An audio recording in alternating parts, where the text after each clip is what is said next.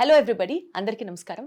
Welcome to this special doctors episode. మలబద్ధకం అనేది చాలా కామెడీగా, క్యాజువల్గా తీసేసుకుంటూ ఉంటాం, కానీ దాని ఆఫ్టర్ ఎఫెక్ట్స్ కనుక ఆలోచిస్తే చాలా సివియర్గా, ఇంటెన్స్గా, పాపం నిజంగా మలబద్ధకంతో బాధపడుతున్న వాళ్ళ బాధ వర్ణనాతీతం అనిపిస్తూ ఉంటుంది. అసలు మలబద్ధకం అనేది ఎందుకు వస్తుంది? ప్రాపర్ ఇంటేక్ లేకపోవడం వల్ల, అంటే బ్యాలెన్స్డ్ డైట్ తినకపోవడం వల్ల, లేకపోతే ఇతర హెల్త్ కారణాలు ఏమన్నా ఉంటాయా? దీనికి సంబంధించి ఇంకాస్త డీటెయిల్గా తెలుసుకునే ప్రయత్నం చేద్దాం. మనతో ఉన్నారు ప్రముఖ సీనియర్ వైద్య నిపుణులు, గ్యాస్ట్రోఎంట్రాలజిస్ట్ డాక్టర్ సిఎల్ వెంకట్రావు గారు ఉన్నారు. ఆయనతో మాట్లాడదాం. సార్ నమస్తే. నమస్తే. ఈ మలబద్ధకం అనేది ఏ వయసు వారికైనా వస్తుంది. పిల్లలు, మధ్య వయసు వారు, వృద్ధులు. అయితే గర్భవతులకు కూడా ఈ మలబద్ధకం ఎక్కువగా వస్తూ ఉంటుంది. ఈ మలబద్ధకం ఉన్న ప్రతి ఒక్కరు ఏదో ఒక రోజు 2 రోజులు కాకుండా దీర్ఘకాలికంగా మలబద్ధకం ఉంటే మెడ ముందు భాగాన సీతాకోకచిలుక ఆకారంలో ఉండే థైరాయిడ్ గ్రంథి సరిగా పనిచేస్తుందా లేదా తెలుసుకోండి. రక్తంలో T3, T4, TSH అనే పరీక్ష చేస్తే T3, T4 తగ్గినా, TSH పెరిగినా థైరాయిడ్ లోపం ఉందని గమనించి ఆ థైరాయిడ్ లోపాన్ని మనం సవరించి థైరాయిడ్ టాబ్లెట్లు వాడటం ప్రారంభిస్తే మలబద్ధకం శాశ్వత పరిష్కారం. Wonderful sir. కనుక ఇది ఇప్పటివరకు మీకు దీర్ఘకాలికంగా ఆ మందులు ఈ మందులు వాడుతూ ఉంటే మీరు థైరాయిడ్ పరీక్ష చేయించుకోకపోతే ఒకసారి చేయించుకోండి. అట్లాగే మనం మంచినీళ్ళు కొంతమంది టిఫిన్ అప్పుడు ఒక గ్లాసు, మధ్యాహ్నం ఒక గ్లాసు, రాత్రి భోజనం అప్పుడు ఒక గ్లాసు, 3 గ్లాసులు తాగుతారు. అది కాదు. ప్రతిరోజు ఎవరైనా 3 లీటర్లకు తగ్గకుండా 3 నుంచి 5 లీటర్లు నీళ్లు తాగాలి. మధ్య మధ్యలో గంటకోసారి ఒక గ్లాసు నీళ్లు తాగాలి. ఏదో టిఫిన్ భోజనం చేసేటప్పుడు నీళ్లు తాగటం కాదు. నీళ్లు తక్కువ తాగితే మలబద్ధకం సహజం. తర్వాత అసలు మలబద్ధకం నీళ్లు తాగటం పాటు చల్లటి నీళ్లు, ఫ్రిడ్జ్లో నీళ్లు తాగే బదులు గోరువెచ్చని నీళ్లు తాగితే అసలు మలబద్ధకం అనేదే ఉండదు. తర్వాత మనం పండు ఉంది, సహజంగా దేవుడిచ్చిన పళ్ళు ఉన్నాయి. ఆ పండు తినకుండా కొంతమంది జ్యూస్ తీసుకుని తాగుతారు. ఎందుకు? ఆ జ్యూస్ తీసుకోకూడదు. పండు దొరికితే పండే తినాలి. బత్తాయి పండు ఉంది, కమలా పండు ఉంది, బంగారంలాగా ఒలుచుకుని తొనలు తినకుండా దీని రసం తీసి ఆ పిప్పంతా బయట పారేస్తే మలబద్ధకం రాకేమొస్తుంది? మనము తొనలు పూర్తిగా పిప్పి కూడా లోపల మింగేయాలి, గింజలు మాత్రం ఊసేయాలి. కమల, బత్తాయి, నారింజ, పంపరపంచ. తర్వాత అరటి పండ్లు పేదవాడికి కూడా అందుబాటు ధరలో ఎక్కడైనా సంవత్సరం పొడుగునా లభిస్తాయి. రాత్రిపూట ఒక 2 చిన్న అరటిపండ్లు లేదా ఒక పెద్ద అరటిపండు తింటే ఇంక మలబద్ధకే ఉండదు. అంటే పీచు పదార్థం అధికంగా ఉన్న పదార్థాలు సేవిస్తే ఈ మలబద్ధకం అనేది ఉండదు. ఇక మలబద్ధకం ఎలా బాధ పెడుతుందంటే, భారతదేశంలో ప్రతిరోజు ఉదయాన్నే ఒకసారి మల విసర్జన జరగకపోతే ఇక ఆ రోజంతా ఏదో అస్వస్థతకు గురైనట్టుగా ఉంటుంది. పొట్ట ఉబ్బిపోయి ఉంటుంది, పొట్టలో గుడగుడ శబ్దాలు. ఇదే కాకుండా మల విసర్జన జరగకపోతే అపానవాయువు, దుర్వాసనతో కూడిన అపానవాయు పిత్తులు కూడా వస్తూ ఉంటాయి.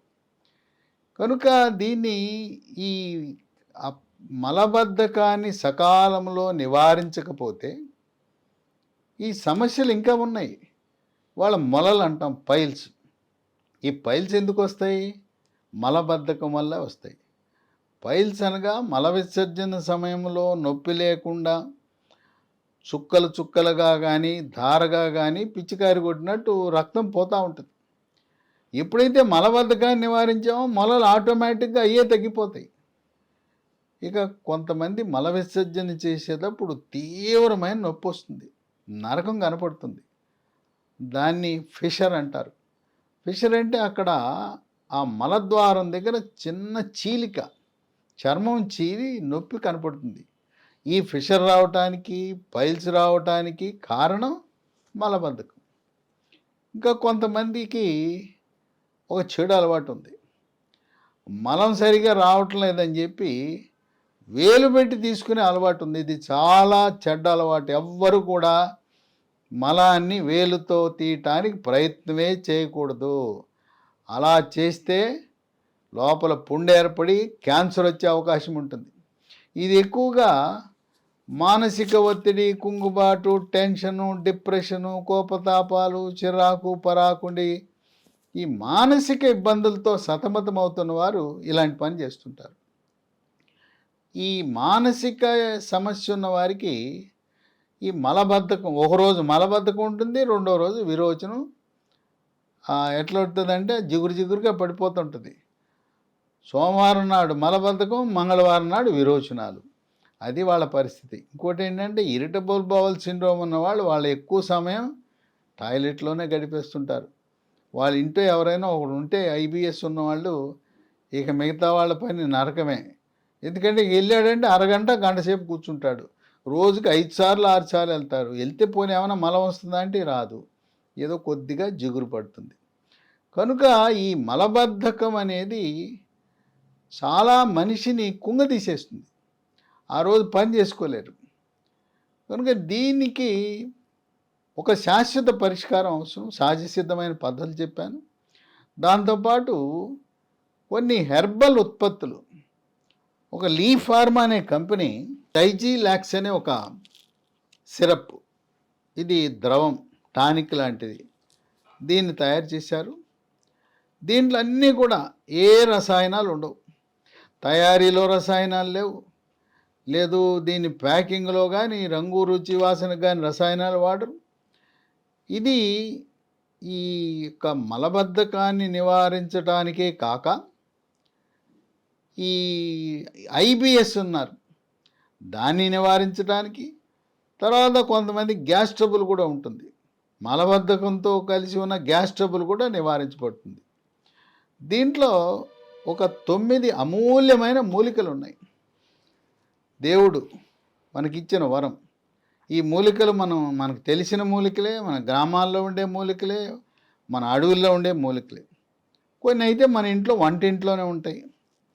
ఇవి మొట్టమొదటిది అంజీర్, రెండోది సోనా ముఖి, మూడోది జీలకర్ర, 4 అడవి దొండ, 5 అతి మధురం, 6 రేల, 7 శొంఠి అంటే అల్లం, డ్రై జింజర్నే శొంఠి అంటారు, 8 వామాకు, 9 కరక్కాయ. ఈ 9 కూడా దీంట్లో ఏమి రసాయనాలు లేవు. ప్రకృతి నుంచి లభించిన ఈ పదార్థాల మిశ్రమమే ఈ డైజీలాక్స్. దీన్ని 12 సంవత్సరాల వరకు పిల్లలు ఒక అర స్పూన్ అంటే ఒక 5 ml పొద్దున టిఫిన్ తర్వాత, రాత్రి భోజనం తర్వాత వేసుకోవాలి. అదే పెద్దవాళ్ళు అయితే 10 ml ఉదయము రాత్రి 2 పూట్ల భోజనం తర్వాత. 10 ml వేసామండి పని చేయట్లేదంటే ఇంకొంచెం ఎక్కువ వేసుకోవచ్చు, 15 ml వేసుకోవచ్చు, ఏం పర్వాలేదు, 1.5 వేసినా ఏమి కాదు. ఇది ఎటువంటి సైడ్ ఎఫెక్ట్స్ లేవు. మీరు ఇప్పటికే వాడుతున్న ఏదైనా అలోపతి మందులు ఉంటాయి, షుగరు, బీపీ, ఈ థైరాయిడ్, ఇట్లాంటి సమస్యలు ఉన్నా వాడచ్చు.